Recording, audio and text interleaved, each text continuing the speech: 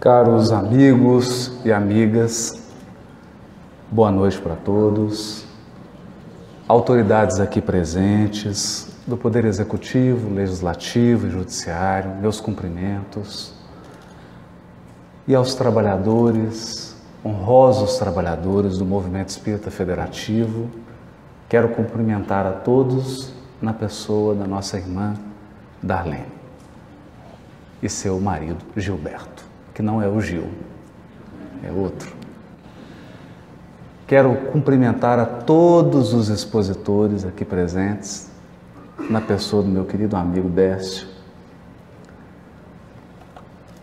também aos companheiros que nos acompanham pelas FEB TV, pela TV da Federação de Mato Grosso do Sul e pelas diversas rádios webs que também estão transmitindo o evento.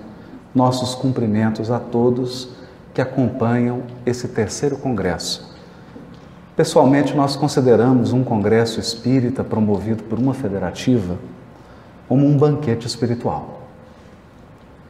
Porque é a oportunidade que os espíritos superiores que dirigem o movimento espírita daquele estado têm de nos receber, de nos intuir, de se reunirem conosco de um modo mais intenso e formal. E é a oportunidade que os espíritas, não só do estado, mas de diversas regiões do país, possam se encontrar, trocar experiências, se abraçar, exercer esse papel de família espírita. Então, me sinto muito honrado, para mim é uma dádiva e uma honra poder participar desse terceiro congresso, poder escrever junto com todos os amigos que estão aqui, expositores que já foram citados, essas páginas belíssimas do movimento espírita do estado de Mato Grosso do Sul. Muito obrigado, Jesus, por essa dádiva. Mas hoje, o aniversariante é o Livro dos Espíritos. E a nossa homenagem a essa obra monumental. Desencarnou em 1804 o filósofo Immanuel Kant, da Prússia. E Kant deixou escrito essas luminosas palavras. Desencarnou exatamente no mesmo ano em que nascia Allan Kardec. Disse ele: duas coisas me enchem a alma de admiração e respeito. Admiração e respeito. O céu estrelado sobre mim e a lei moral dentro de mim. Dois exemplos, na visão do filósofo prussiano Kant, dois exemplos da suprema ordem.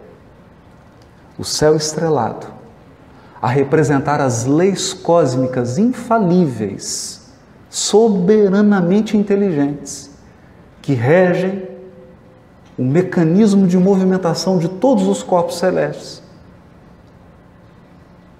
que se apresenta como numa noite belíssima dessa de Campo Grande, aos nossos olhos, sobre as nossas cabeças, a suprema ordem da lei natural. E dentro de nós, essa ordem desconhecida, inexplorada, pouco meditada, que é a ordem moral. Immanuel Kant também teria a oportunidade de dizer: a missão suprema do homem, homem enquanto ser humano, a espécie humana, a missão suprema do homem é saber o que precisa para ser homem, para ser um ser humano. E diria também Kant: a moral, propriamente dita, não é a doutrina que nos ensina como sermos felizes. A moral é a doutrina que nos ensina como devemos tornar-nos dignos da felicidade. Porque a felicidade pressupõe dignidade moral para usufruí-la com integridade. Pensando nessas páginas de Kant, nos voltamos para o nosso tema. As leis morais e o Evangelho. Há muitos anos atrás, escuto que Allan Kardec, na sua sabedoria, no seu espírito pedagógico, soube devassar o mundo invisível e sair de lá sem nenhum devaneio, sem nenhum misticismo, como bem pontuado pela Darlene, sem nenhum tropeço. Voltou do contato com os espíritos e com a realidade espiritual, voltou sóbrio, tal como entrou. Razão pela qual Francisco Cândido Xavier iria dizer: tratar-se de um dos apóstolos mais lúcidos do Cristo, Allan Kardec, dos mais lúcidos. Penetrou no indevassável, penetrou em locais em que muitos místicos se perderam, na tolice, na puerilidade e, por que não, numa confusão de palavras e de terminologias. Kardec soube penetrar e sair de lá com essa portentosa obra que é o Livro dos Espíritos, com uma didática que com certeza, seguramente, deixou muito feliz seu orientador Pestalozzi. Há muitos anos ouço dizer que o Livro dos Espíritos, nos seus 4 livros, das causas primeiras, o mundo dos espíritos, ou o mundo espírita, livro 3º, as leis morais, livro 4º, esperanças e consolações, foi posteriormente desenvolvido. Cada um desses livros de O Livro dos Espíritos se desdobrou em uma nova obra da codificação. Assim, o livro 1º das causas primárias teve o seu desenvolvimento no livro A Gênese. O livro 2º do mundo espiritual teve o seu desenvolvimento no livro dos médiuns. O livro 4º, Esperanças e Consolações, teve o seu apogeu, a sua explicação na obra Céu e Inferno. E o livro 3º, As Leis Morais, teve o seu desenvolvimento, a sua explicação na portentosa obra O Evangelho segundo o Espiritismo. Confiando então nessa relação, preparamos a nossa reflexão da noite. Mas, sabedores de que Kardec enumerou diversas leis morais, tivemos a ousadia aqui de agrupar essas leis morais em 3 conjuntos. 3 conjuntos. É um critério. Não estamos impondo nenhum critério. É apenas uma maneira para facilitar a nossa reflexão e a nossa reverência ao 3º livro de O Livro dos Espíritos.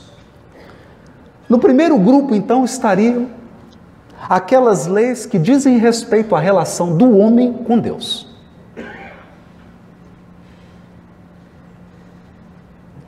O homem com Deus. No segundo grupo estariam as leis que dizem respeito à relação do homem, do ser humano, consigo mesmo.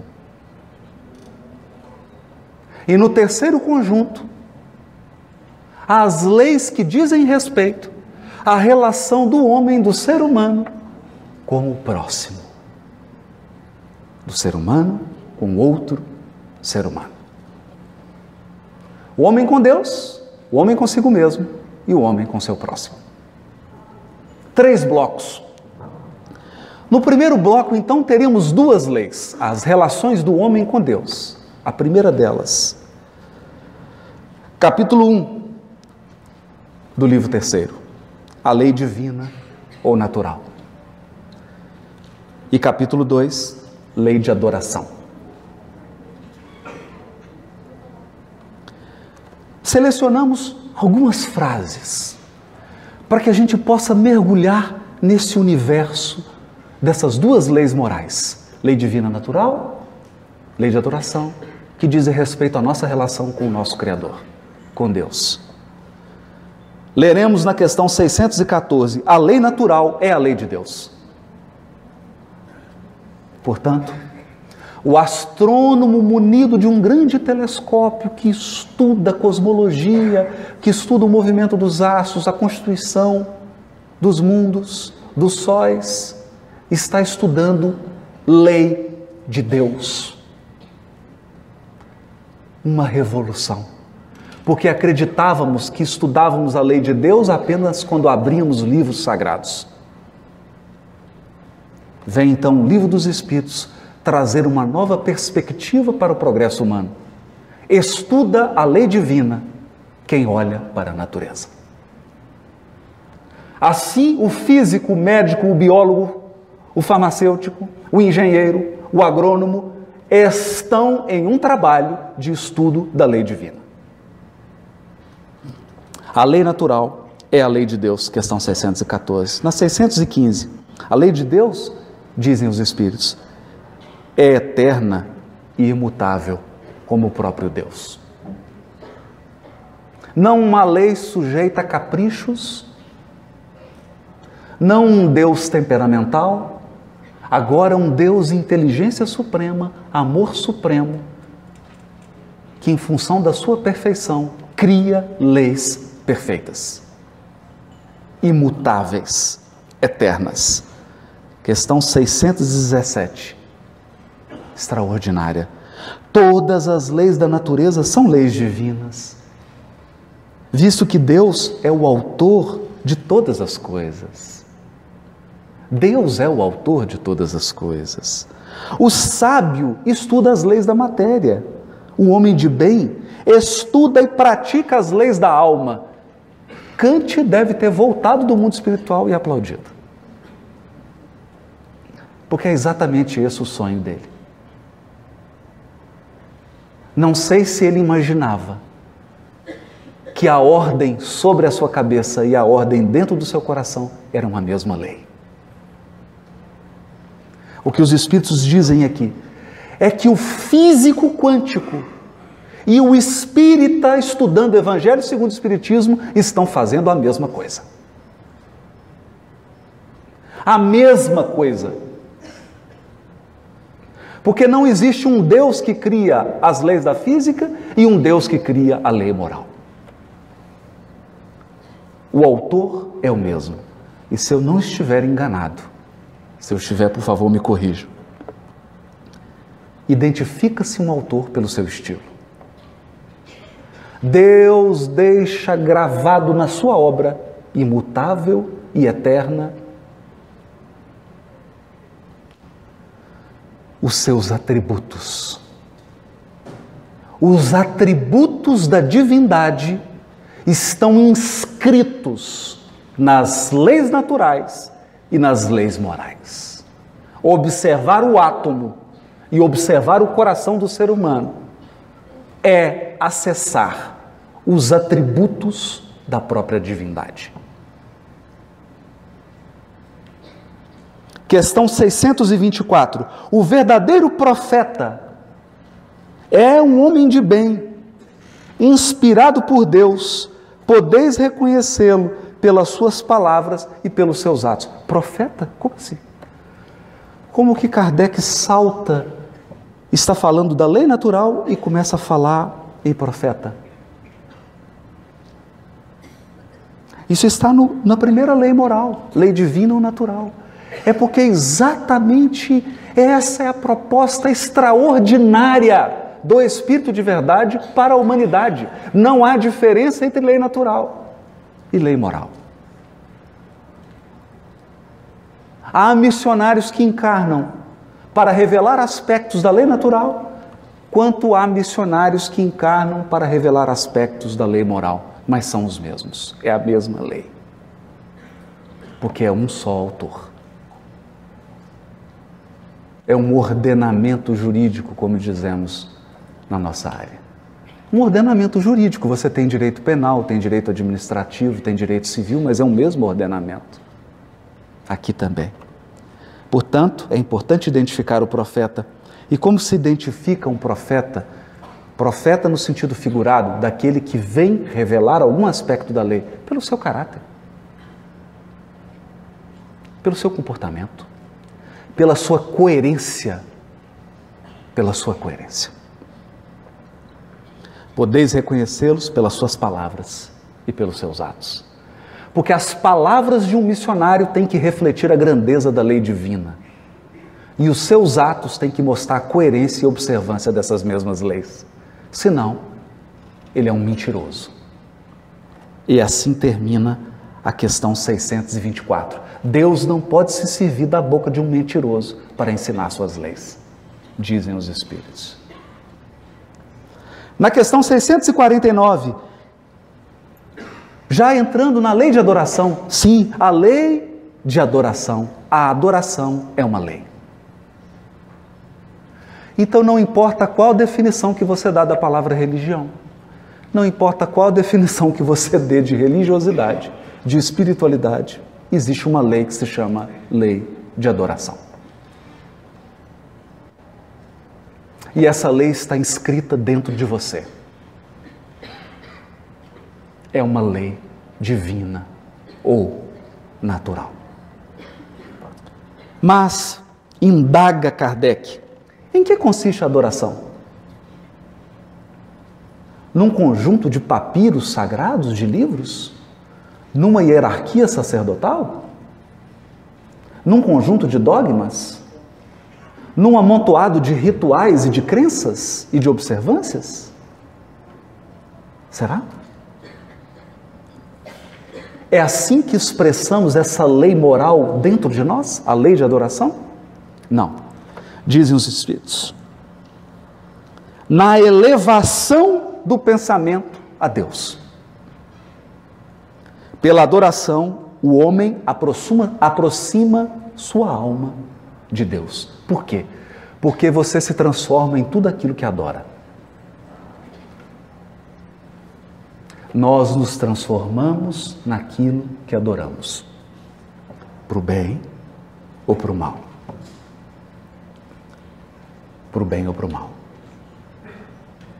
É assim que quando você penetra na vida de um músico de orquestra, a vida dele respira música. Da mesma maneira, quando você penetra no ambiente psíquico de um viciado em droga, a vida dele vibra droga. Porque nós nos tornamos aquilo que adoramos. A adoração verdadeira, no entanto, consiste na elevação do pensamento a Deus, o que você pode fazer caminhando pelas belas ruas de Campo Grande. Você pode fazer tomando um sorvete, tomando uma água, porque se adora a Deus pelo pensamento. E pelo pensamento nos aproximamos dele. Questão 652. Pode-se considerar a adoração como tendo sua fonte na lei natural? É uma pergunta? É uma pergunta? Porque equivale a dizer, religiosidade, buscar a Deus, é uma crença? É um costume social? É um ensino das escolas? Ou é uma lei natural? Dizem os Espíritos. Ela faz parte da lei natural, pois resulta de um sentimento inato no homem. Inato. Independe de onde você nasceu, da língua que você fala, da cor da sua pele e da educação que você recebeu.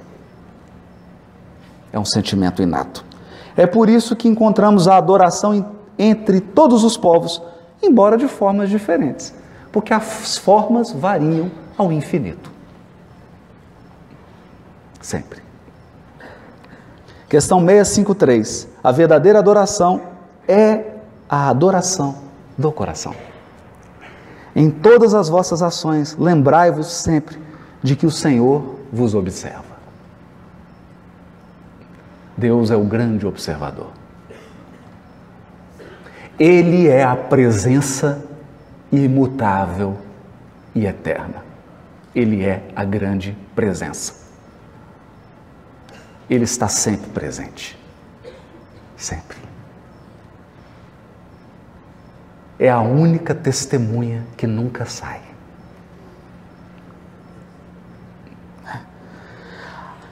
A prece, questão 659, é um ato de adoração. Orar a Deus é pensar nele, é aproximar-se dele, é pôr-se em comunicação com ele. Isso é a resposta dos Espíritos. Pela prece podemos fazer 3 coisas: louvar, pedir e agradecer. Louvar, pedir e agradecer. Comunicação com Deus. A prece, então, a partir da questão 659 do Livro dos Espíritos, é elevada a um patamar nunca dantes abordado. Porque a prece sempre foi vista, na maioria das vezes, como um trecho de uma liturgia religiosa. Aqui o Livro dos Espíritos retira a prece do ambiente litúrgico e devolve a prece ao seu local de origem. Um ato de comunicação. Comunicação com o próprio Deus, pelo pensamento. Pois bem, aí está a lei divina natural e a lei de adoração, dizendo dos nossos deveres para com Deus. Evangelho segundo o Espiritismo. Kardec irá desenvolver essas 2 leis morais em alguns capítulos. É a nossa proposta. Capítulo 1, não vim destruir a lei. Como termina? Qual o último item do capítulo 1 de O Evangelho segundo o Espiritismo? A aliança entre a ciência e a religião. Por quê? A aliança entre a ciência e a religião. Porque a lei natural e a lei divina é a mesma. Então são apenas 2 enfoques diferentes. Por que eles têm que brigar? Por que nós temos que ter uma religião tola, cega, fanática e uma ciência soberba, orgulhosa, prepotente? Por que não um cientista humilde, comprometido com a verdade? E por que não um religioso menos fanático, mais esclarecido, mais educado? Por que não um diálogo? Esse é o capítulo 1, não vim destruir a lei. Capítulo 2, meu reino não é deste mundo. Por quê? Porque exatamente no primeiro capítulo da lei moral, a primeira lei moral, que é a lei divina ou natural, é lá dentro que está a questão 625. Qual o tipo mais perfeito que Deus tem oferecido ao homem para lhe servir de guia e modelo? E a resposta é: vide Jesus. É lá, na primeira lei moral, Jesus aparece lá. E se você for cuidadoso o suficiente, já aparece na primeira edição do Livro dos Espíritos, quando tinha apenas 530 questões. É claro que a 625 não era 625, era 330 alguma coisa. Mas está lá. Por quê? Por quê? Porque não se pode falar de moral sem falar de paradigma. Porque moral é conduta. E para examinar conduta, você precisa de um paradigma. E o paradigma da prática da lei moral no orbe terreno é Jesus.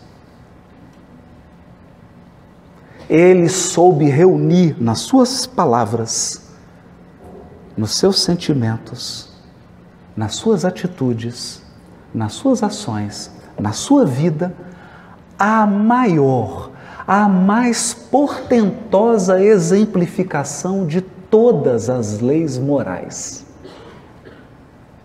Ele é a lei moral andando entre nós. A lei moral viva. Aquela que está dentro de mim, dentro de você.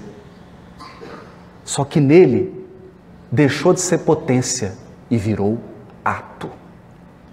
deixou de ser potencialidade e virou atributo. Nós temos a lei moral em nós, como semente. Em Jesus já é uma árvore frutífera. Por isso o capítulo 2, meu reino não é deste mundo, que termina com o depoimento de uma rainha desencarnada, que vai falar sobre a realeza de Jesus. Realeza. Porque se existe um diferencial na sociedade entre reis e plebeus, no mundo espiritual, o que nos distingue é a nossa elevação moral e intelectual.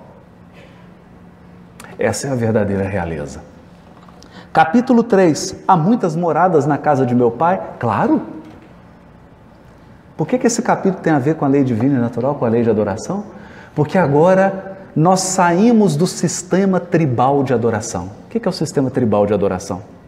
A minha religião está ligada à minha língua. A minha religião está ligada à minha cor da pele. A minha religião está ligada à minha cultura. As religiões do mundo são tribais.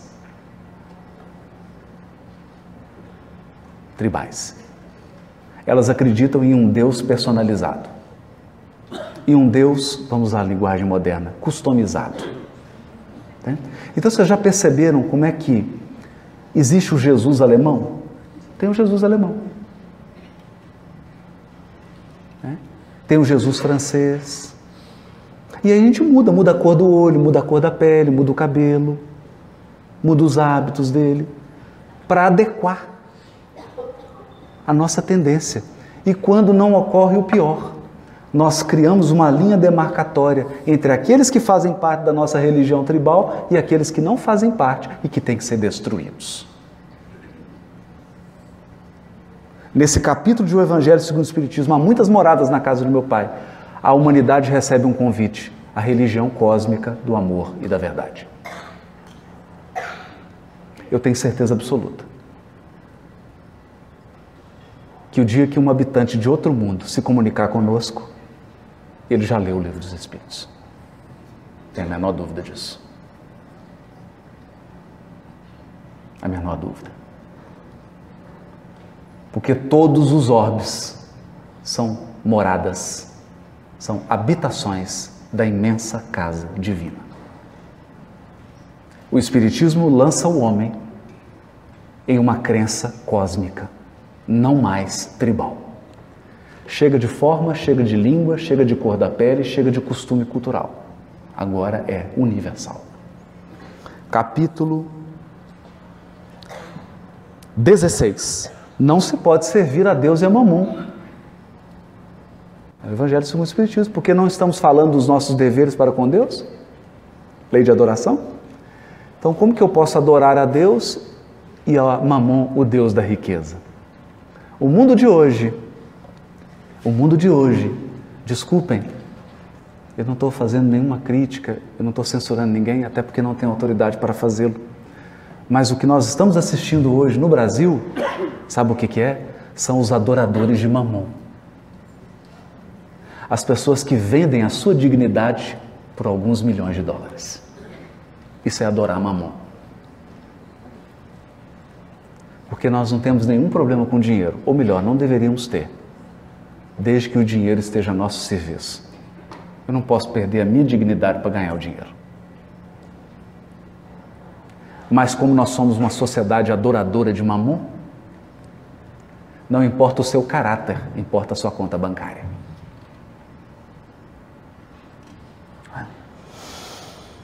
Capítulo 19. A fé transporta montanhas? Sim, transporta montanhas. Mas não pense que são apenas montanhas de obstáculos. Porque quando Jesus conversou com a mulher samaritana, ela perguntou para ele, mas eu estou confusa. Os samaritanos dizem que a gente deve adorar a Deus aqui no Monte Gerazim, em Samaria. E vocês, judeus, dizem que Deus tem que ser adorado no Monte Sião, em Jerusalém. Jesus fala, mulher, vem o dia em que Deus será adorado nem nesse monte, nem no outro. E é verdade. Ou seja, a fé verdadeira remove montanhas. Porque onde tem alguém fervoroso, tem uma montanha. O espírita verdadeiro sabe que onde ele entra, o ambiente se torna espiritual, ou pelo menos deveria. Porque a fé transporta montanhas.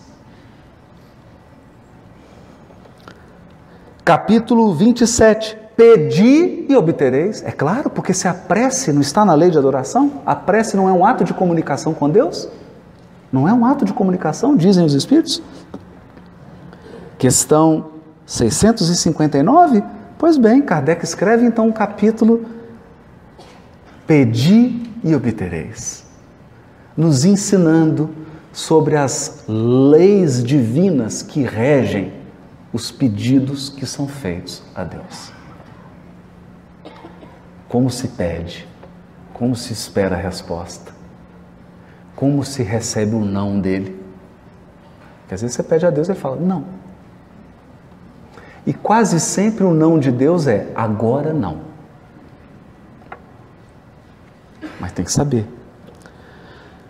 E por incrível que pareça, o Evangelho segundo o Espiritismo termina no capítulo 28 com uma coletânea de preces espíritas. Que curioso. Kardec elabora um conjunto de preces, um livrinho de preces. E você perguntará, mas por que isso? Sabe por quê? Há um ditado em latim que diz assim: lex orandi, lex credendi. O que significa isso? A forma como você ora é aquilo que você crê. Você ora aquilo que você crê. Na oração você expressa aquilo que você pensa, seus conceitos e suas ideias. Então, leia atentamente a coletânea de preces de Kardec e nós veremos que nas preces elaboradas por Kardec há uma verdadeira aula de Espiritismo. Todos os conceitos fundamentais do Espiritismo estão nas preces elaboradas por Kardec na coletânea. Por quê? Porque nós oramos conforme acreditamos. Ou como diz o ditado completo: lex orandi statutat legem credendi. A lei da oração estabelece a lei daquilo que você acredita. Então Kardec coloca nas nossas bocas todos os princípios fundamentais do Espiritismo para que a gente, ao orar, não esqueça os fundamentos da doutrina espírita. É um pedagogo ou não é? É um pedagogo. E assim se encerram 1, 2, 3, 4, 5, 6, 7 capítulos de O Evangelho segundo o Espiritismo dedicados a 2 leis morais: lei divina ou natural e lei de adoração. 7 capítulos para explicar 2, numa lógica extraordinária, resumindo as obrigações do ser humano para com Deus. Agora vamos. Obrigações do ser humano para consigo mesmo. Quais são as leis morais que expressam os nossos deveres para conosco mesmo? Primeira lei, capítulo 3 do Livro dos Espíritos, lei do trabalho. Lei do trabalho. Porque ninguém progride, ninguém evolui sem trabalho. Tem muita gente que acredita o contrário, mas não é, gente. É uma lei. A lei do trabalho é uma lei divina. Estão ensinando nas escolas que você conquista, você se torna alguma coisa sem esforço. Mas isso é uma mentira. A lei do trabalho é uma lei divina. Lei de reprodução. Sim, lei de reprodução. Lei de conservação. Lei de destruição. E coroando, perfeição moral, que é o capítulo 12. É o capítulo 12, está lá finalizando as leis morais. A perfeição moral é a nossa finalidade, mas é também uma lei. O aperfeiçoamento dos seres e das coisas é uma lei divina. Nada na criação permanece sem progredir. Nada. Tudo na criação está em processo de aprimoramento. Sobretudo os seres inteligentes. estão em constante processo de aprimoramento, caminhando para a perfeição moral. Perfeição moral. Então, lei do trabalho, lei de reprodução, lei de conservação, lei de destruição e perfeição moral são aquele conjunto de leis que expressam os nossos deveres para conosco mesmo. É os deveres que eu tenho para comigo.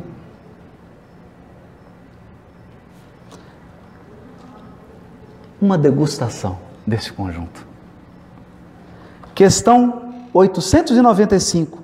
À exceção dos defeitos e vícios acerca dos quais ninguém se pode equivocar, qual é o sinal mais característico da imperfeição? Quando eu li essa questão, eu fiquei confuso, porque eu falei, meu Deus, se tirar os defeitos, tirar os vícios, não sobra nada, só sobra coisa boa. Não.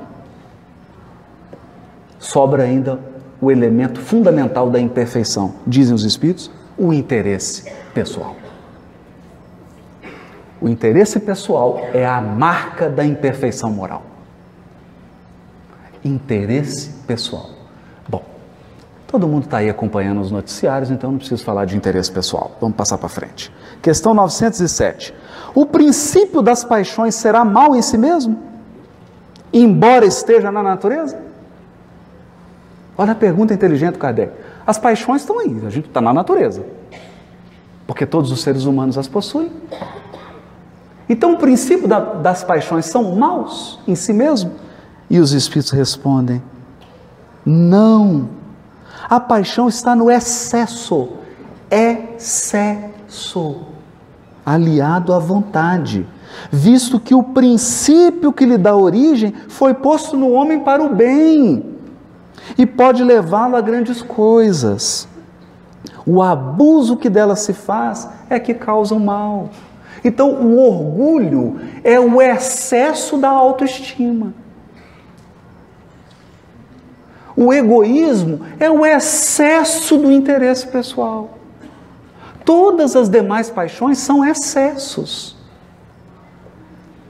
Na base das paixões há sentimentos e potências dignas de serem desenvolvidas. Mas elas precisam de quê? Questão 917. Serem tratadas como cavalos bravos, dizem os Espíritos, que precisam ser domados. Questão 917, os Espíritos dizem assim, de todas as imperfeições humanas, a mais difícil de extirpar é o egoísmo. Egoísmo, que é o apego excessivo da alma ao próprio bem. Apego excessivo da alma ao próprio bem. Porque resulta da influência da matéria, influência de que o homem, ainda muito próximo da sua origem, não pôde libertar-se, já que tudo concorre para mantê-la. Olha o que os Espíritos estão dizendo. Tudo contribui para desenvolver o egoísmo em nós.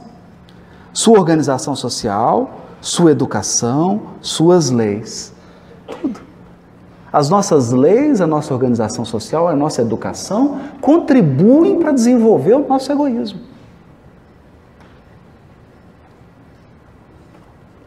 Então os Espíritos estão denunciando que todo o nosso aparato social está voltado para desenvolver egoístas. Então por que nós estamos nos assustando com os acontecimentos? Por quê? Se a nossa sociedade é uma sociedade que forma egoístas. Toda vez que nasce uma criança, os Espíritos falam assim, mais um egoísta que vai ser formado. Mais um. Não é? Mais um.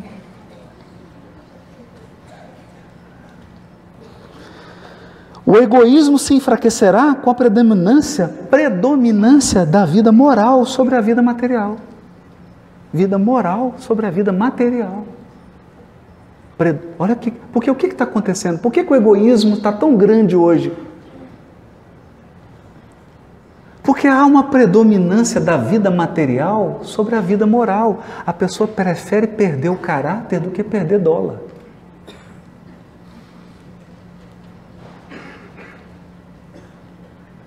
Entende? Quando eu era pequeno, meu avô dizia assim, meu filho, perca dinheiro, mas não perca seu nome.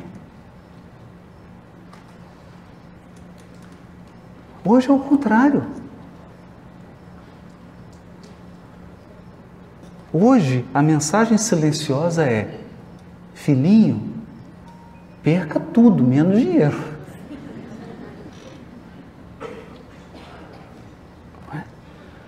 Porque o dinheiro é aqui como símbolo daquele elemento que nos propicia um mergulho delicioso na vida material.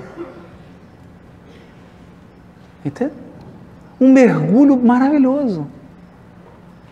Você encarna e olha a expressão de Emmanuel, abre aspas. A gente encarna e se afoga na carne. Se afoga.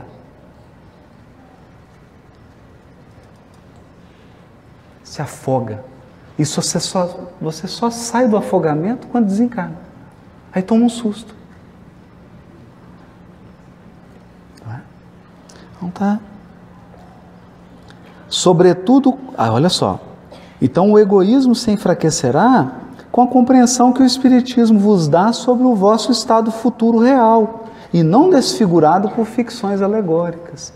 Então a doutrina espírita não trabalha com ficção alegórica. A gente não fica aqui, estou vendo um duende. Há uma descrição madura do mundo espiritual. Há uma descrição madura da relação do mundo espiritual com o mundo físico.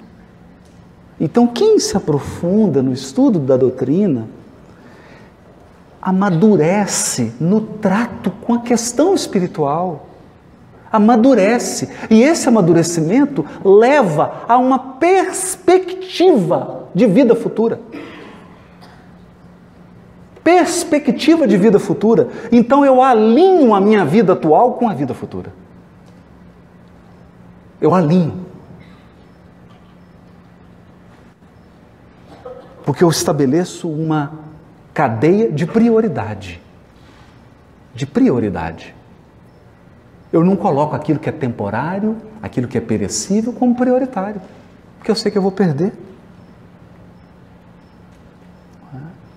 Então esse é o papel educativo. Então Kardec pega essas leis morais, que são 5, lei do trabalho, lei de reprodução, lei de conservação, lei de destruição e perfeição moral, e as desenvolve no Evangelho segundo o Espiritismo. São as leis que dizem respeito à nossa relação, a relação do homem consigo mesmo. Quais são os capítulos? Olha que interessante. Desenvolvendo o capítulo da perfeição moral, Kardec estabelece capítulos 5, 6, 7, 8, 9 e 10 do Evangelho segundo o Espiritismo. Quais são esses capítulos? As bem-aventuranças.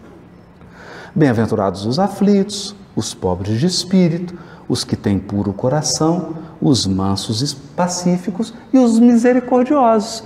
Porque essas bem-aventuranças são exemplos de atributos da pessoa que está a caminho da perfeição moral.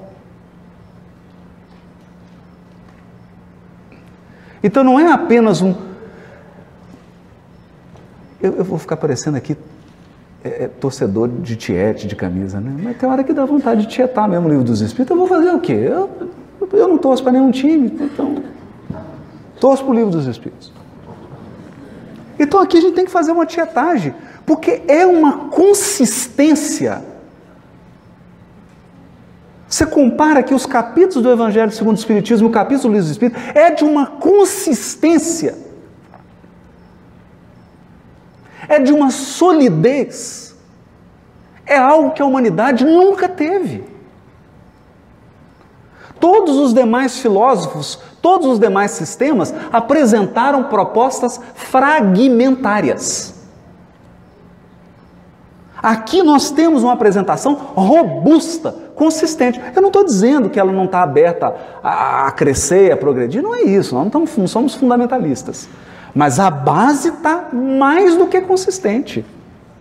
Ele fala da perfeição moral e aqui desenvolve 1, 2, 3, 4, 5, 6 capítulos do Evangelho segundo o Espiritismo para esclarecer, detalhar em que consiste a perfeição moral. Então, perfeição moral consiste em ser humilde, ser resignado, ter um coração puro, ser manso, ser pacífico e ser misericordioso, para que ninguém tenha dúvida do que tem que adquirir. Não é? E aí ele desenvolve mais, capítulo 17, sede perfeitos. Então há um capítulo no Evangelho segundo o Espiritismo para desenvolver o capítulo perfeição moral. Há outro capítulo, o 23, que é estranha moral. Por que estranha moral? Porque Kardec precisava examinar aqueles textos do Evangelho que aparentemente parecem contradizer as leis morais. Aparentemente. Então ele dedica um capítulo estranha moral para dizer, cuidado, não fica interpretando o Novo Testamento ao pé da letra. Presta atenção, contextualiza a mensagem de Jesus, e eu vou dar uns exemplos aqui agora. E escreve o capítulo estranha moral. E no 25, capítulo 25 do Evangelho segundo o Espiritismo, buscai e achareis, porque na verdade a caminhada da perfeição moral é uma caminhada de busca e de encontros. Buscai e acharei. Portanto, todos esses capítulos do Evangelho segundo o Espiritismo para falarem da nossa relação conosco mesmo, do seu compromisso com a sua perfeição moral. Olha como é que está tudo junto. Olha a consistência da codificação. Então já falamos aqui das leis que dizem respeito à nossa relação com Deus, das leis que dizem respeito à nossa relação conosco mesmo, e agora, por fim, as leis morais que dizem respeito à nossa relação com o nosso próximo. Eu com Deus, eu comigo mesmo, eu com o outro. Quais leis? Óbvio, lei de sociedade. Lei de sociedade. Lei de progresso. Lei de igualdade. Lei de liberdade. E por fim, a magna lei de justiça, vírgula, amor e caridade, que é uma lei só. Lei de justiça, vírgula, amor e caridade. Porque não há justiça completa sem amor e caridade. É por isso que a nossa justiça está tão debilitada. Porque ela é justiça trôpega, ela é justiça manca.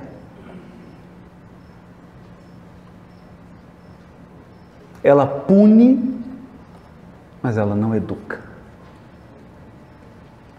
Lei de justiça, amor e caridade. Vamos degustar um pouquinho desse conjunto de leis que dizem respeito aos nossos deveres para com o nosso próximo.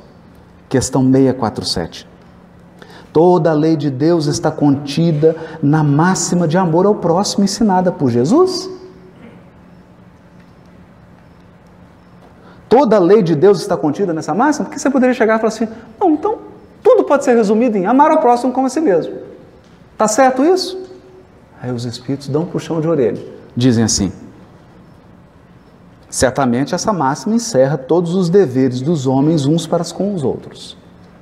Mas é preciso mostrar a eles a sua aplicação, pois do contrário, deixarão de praticá-la, como fazem até hoje. Aliás, a lei natural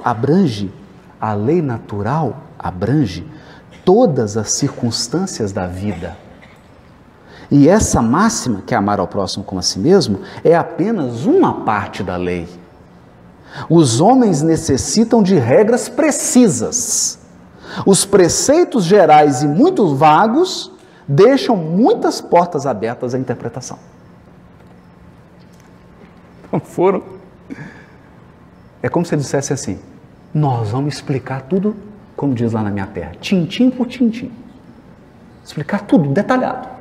Até repetitivo, para que não tenha dúvida. Para que não tenha dúvida. Questão 879. Qual seria o caráter do homem que praticasse a justiça em toda a sua pureza? Praticasse a justiça em toda a sua pureza. Qual seria o caráter dessa pessoa? Está falando de justiça. Aí os espíritos respondem, o do verdadeiro justo, vírgula, a exemplo de Jesus, vírgula. Porque praticaria também o amor ao próximo e a caridade, sem os quais não há verdadeira justiça. Então, não há verdadeira justiça onde não há amor e caridade. É simples. É simples. Se eu pego só justiça, eu não preciso dizer mais nada. Nós estamos agora com o Estado do Brasil, com a intervenção do Exército na penitenciária. Precisa dizer alguma coisa? Precisa dizer alguma coisa? Darcy Ribeiro, na UNB, fez o seguinte discurso para as autoridades que estavam presentes numa cerimônia na própria UNB. Senhores políticos e administradores, eu vos conclamo a investirem na educação, porque senão faltará recursos públicos para a construção de presídios. De tantos que eles serão. De tantos que eles serão.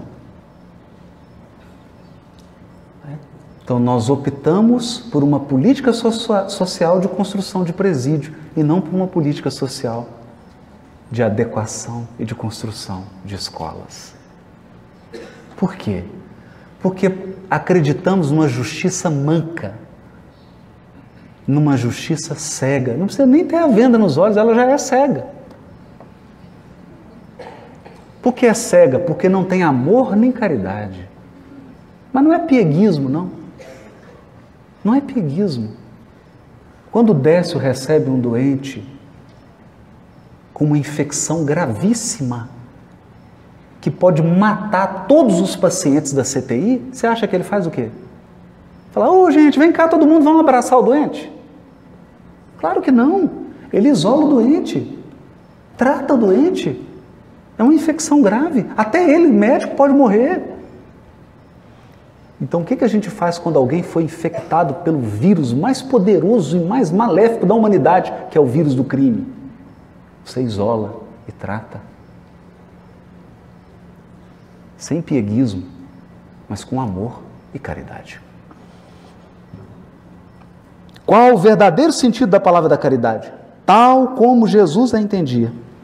Essa é famosa. 886. Benevolência para com todos. Indulgência para as imperfeições dos outros, perdão das ofensas. Por quê? Porque a caridade é o supremo testemunho de respeito ao outro.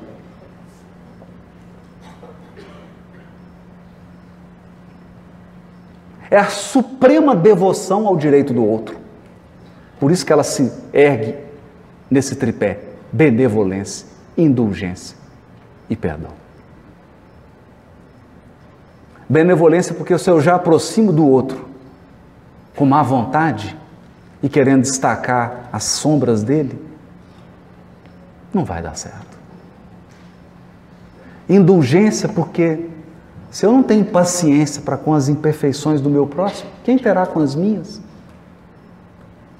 E como é que se educa alguém sem paciência com os erros e com as imperfeições? E perdão, porque toda criatura imperfeita fere como um escorpião. Toda criatura imperfeita fere como um escorpião. Então, se você não tiver perdão, você não consegue viver a lei de sociedade. Você se isola e vai viver uma ilha deserta. Robinson Crusoe. Para que ninguém fira você. Para que ninguém te magoe. Para que ninguém te afronte. Para que ninguém te critique. Você vai viver isolado. E então, Kardec desenvolve essas leis no capítulo 6.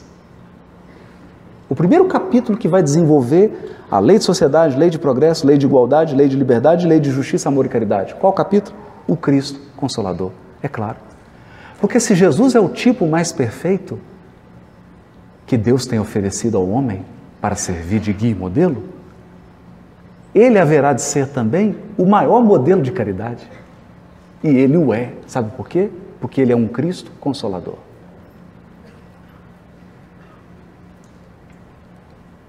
O Espiritismo nos apresenta um Jesus que não é o Jesus da cruz. Não é o Jesus da Páscoa. Não é o Jesus dos ovinhos, muito menos dos ovinhos de Páscoa.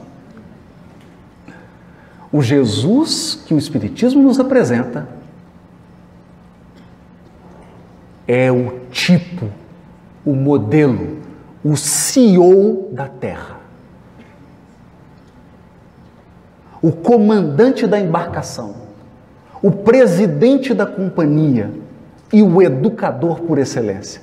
Portanto, ele nos ensina a lei de justiça, amor e caridade, sendo ele mesmo o Consolador, o Cristo Consolador.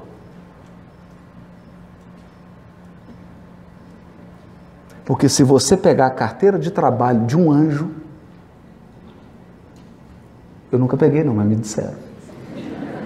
Você abre, está lá escrita a função dele. Sabe qual que é a função dele?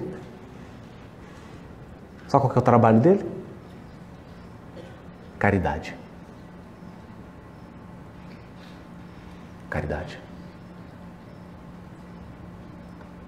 O ofício dos espíritos puros é presidir, cooperar, coordenar e auxiliar os que não são puros. Porque senão os mundos ditosos seriam de um tédio absurdo. Não é? Você imagina, eu acordo e falo assim, André, meu querido, o que nós vamos fazer hoje? Nada, você é puro, eu também.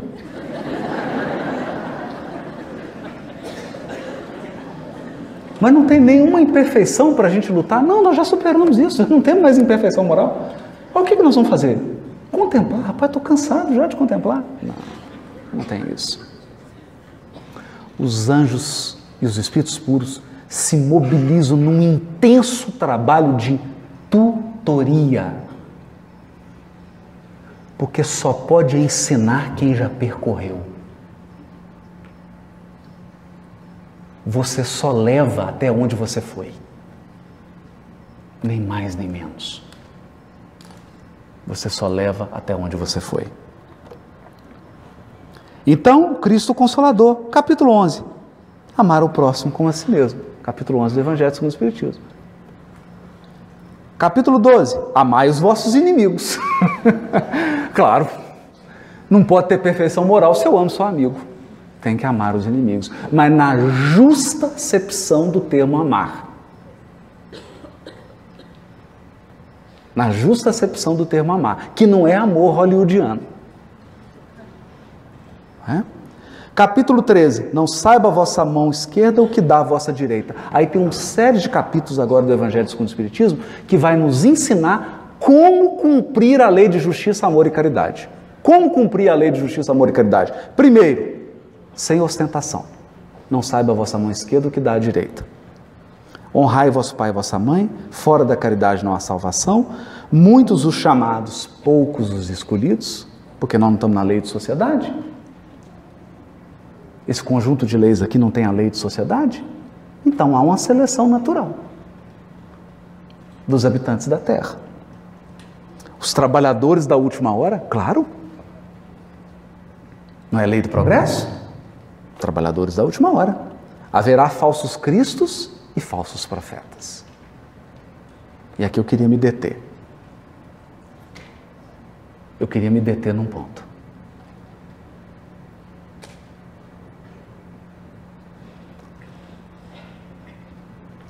O que mais se vê no mundo, o que mais se vê é a pessoa trocando diamante por cascalho.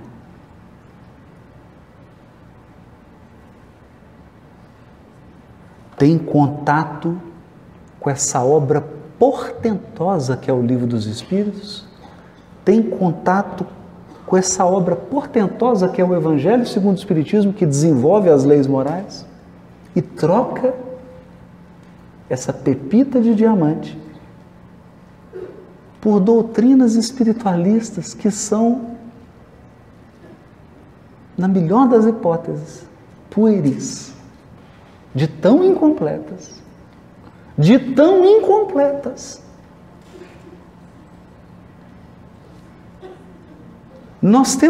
falamos aqui, Kardec dedicou um capítulo a muitas moradas na casa do meu pai. Então já deixou definido, todos os orbes do universo são habitados. E tem gente que troca todo esse conjunto para perseguir disco voador.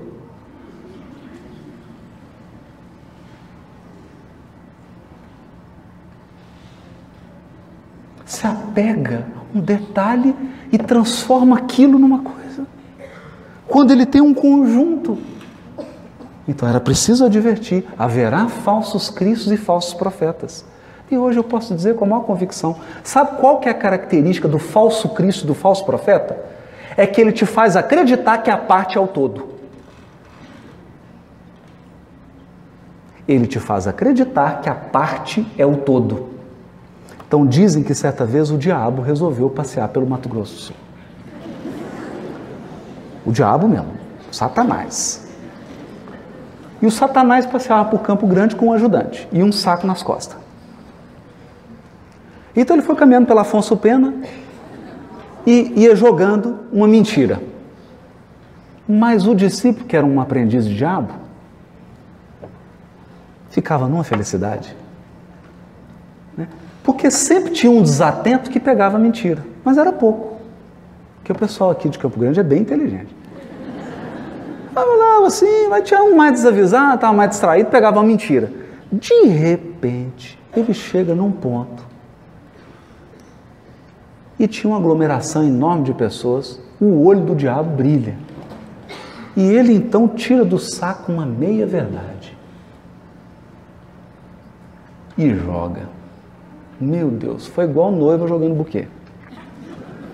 Mas houve uma aglomeração de gente para pegar a meia verdade e o discípulo falou assim, mas diabo, você está jogando uma meia verdade? Ele falou assim, meu filho, é pior do que uma mentira. Por que é pior que uma mentira? Porque você se apega à parte verdadeira e engole a parte falsa.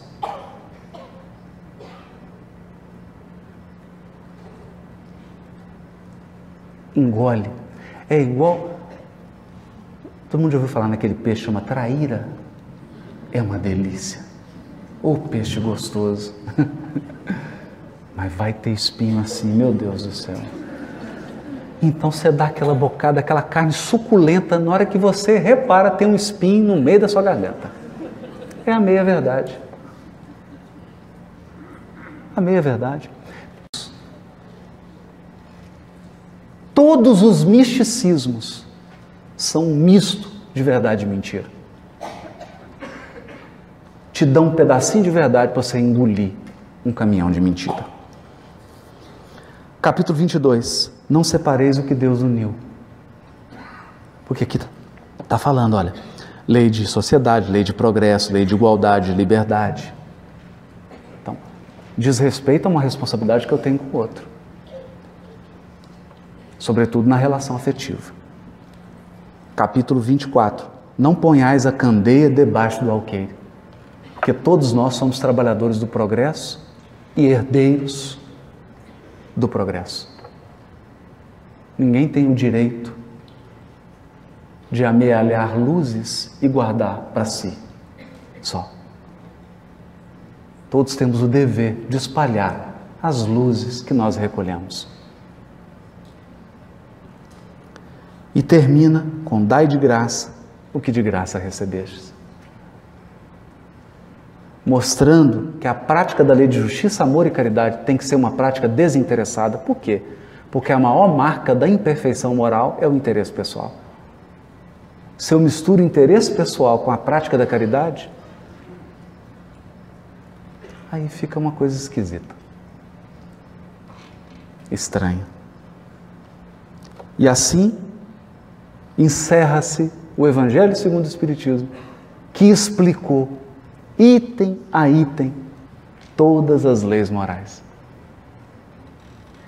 E nós encerramos repetindo com Kant: duas coisas nos enchem de admiração e respeito: o céu estrelado sobre nós, com a sua ordem, a lei natural, as leis da física, da química, da biologia, da cosmologia, todas as leis naturais. E a lei moral dentro de nós. Enquanto espíritos milenares, nós podemos fugir dessas leis. Podemos fugir e fazer de tudo, mas elas estão dentro de nós. E chega uma hora que elas se impõem, porque fazem parte da nossa natureza.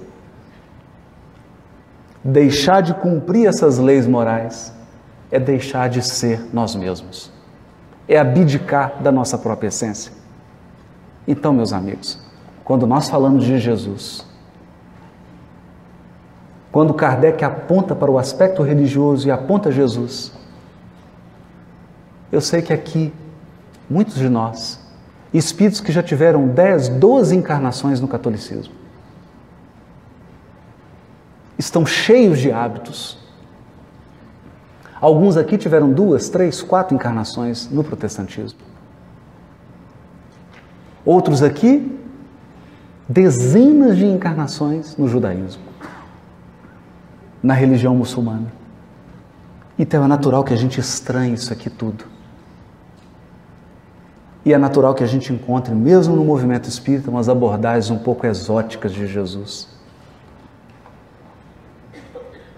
Mas aqui nós temos que reconhecer. Para fechar, lei moral e o Evangelho. Ao traduzir o Novo Testamento, eu aprendi algo que mudou a minha perspectiva. No 2º capítulo do Evangelho de Lucas, Lucas diz assim: o Evangelho de Deus. E eu sempre aprendi, porque nasci numa família, fui catequizado, fiz crisma, né? Mês depois de eu fazer crisma, recebi o livro Nosso Lar, me tornei espírita, logo que acabei de ler o livro. Por desespero da minha mãe, né? Então eu acreditava que o Evangelho é de Jesus. Eu tinha essa ideia. E pior, eu confundia Evangelho com os livros do Evangelho. Então eu achava que Evangelho é Mateus, Marcos, Lucas, João, Evangelho apócrifo. Percebe? Eu confundia o livro com o Evangelho e achava que o Evangelho é de Jesus. Não. O Evangelho é de Deus. E Deus não tem mão. Não tem boca. Não se assustem com isso. Nem dente, nem nada. Deus é incorpóreo, questão 3 do Livro dos Espíritos. Incorpóreo, ele não tem mão, então ele não escreve. Deus não escreve nada. Então como é que ele mandou o Evangelho para a gente? Sabe qual que é o Evangelho de Deus? É a própria pessoa do Cristo.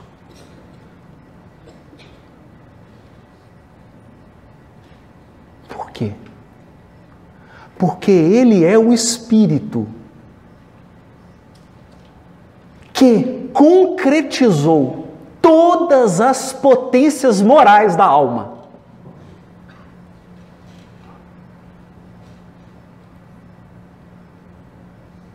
Concretizou. A figura dele é a síntese da lei moral. Por isso, para nós, ele é guia. Por que guia? Porque ele já completou o percurso que nós estamos iniciando, que é o percurso da perfeição moral. Ele já completou. E eu não sei você, eu prefiro um guia que saiba o caminho. Mas é uma preferência pessoal. Já passei muito aperto, principalmente em Natal, terra do André. Já passei muito aperto. Eu prefiro um guia que saiba o caminho. Segundo, ele é modelo. Modelo por quê? Porque ele é o nosso futuro. O seu futuro, o meu futuro, é ser como Cristo. A perfeição moral. É expressar dentro de nós a ordem que há nas estrelas. O dia que a ordem do cosmos se expressar dentro de nós, seremos espíritos puros. E aí, meu amigo, nesse dia, não haverá diferença entre o céu estrelado e o seu coração, porque esse será o dia em que Kardec, sorrindo, terá visto a sua obra se tornar uma realidade individual e social em cada um de nós. Muito obrigado. Boa noite para todos.